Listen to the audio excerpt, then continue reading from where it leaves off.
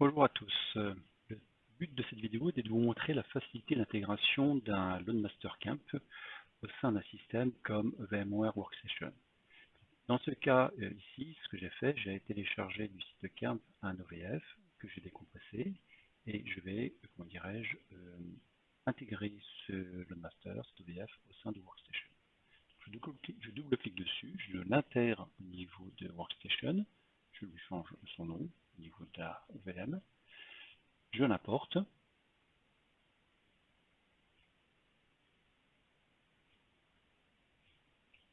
L'importation se déroule tranquillement.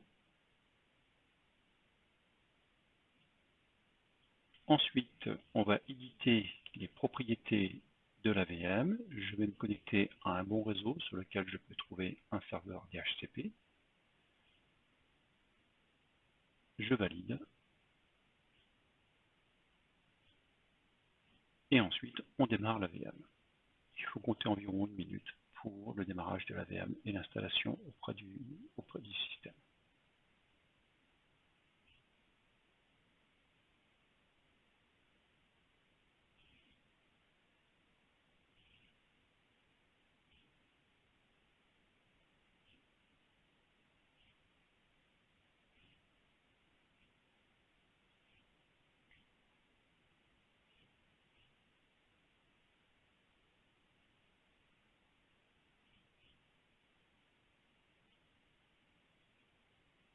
Le système installe l'operating system Camp au niveau de Workstation.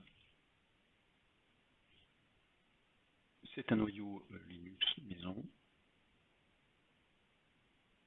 Et ce qu'il va falloir vérifier, c'est qu'on récupère bien une adresse IP en DHCP. Pendant ce processus-là, on va le voir très prochainement.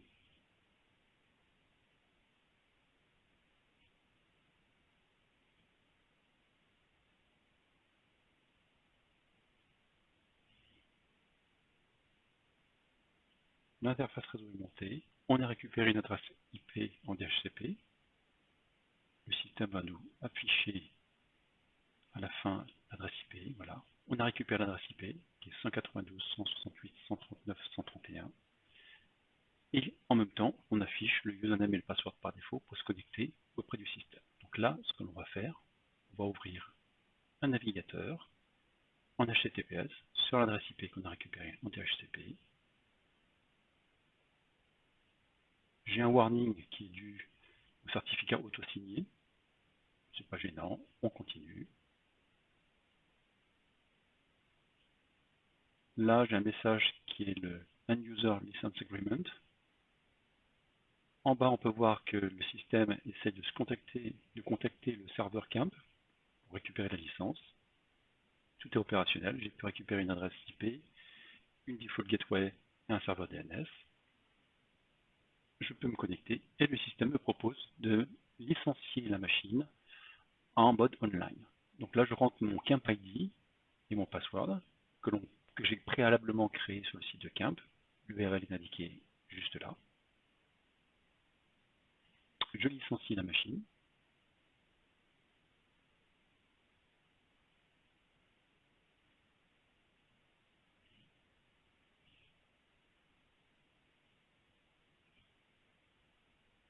Le serveur Camp me propose une licence de type VLM 5000 en version d'évaluation. Elle sera valable pendant 72 jours à partir de la date d'activation, 30 jours de support et ensuite quelques jours supplémentaires pour continuer à tester la machine. Au bout de 72 jours, la machine sera définitivement arrêtée, à moins qu'on l'ait transformée en changeant le mode de licence. Le système me propose le Call Home, c'est un système de rétrofeedback entre votre VM et le serveur Camp pour monter des informations, des statistiques, des erreurs. J'accepte ou je refuse cette possibilité.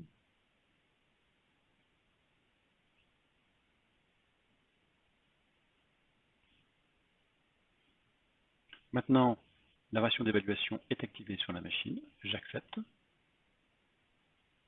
Je dois saisir un mot de passe pour me connecter en mode administrateur sur ce VLM.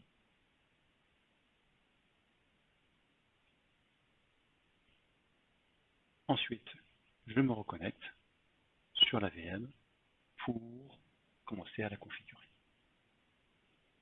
À nouveau le warning pour le certificat non auto-signé. Je me connecte.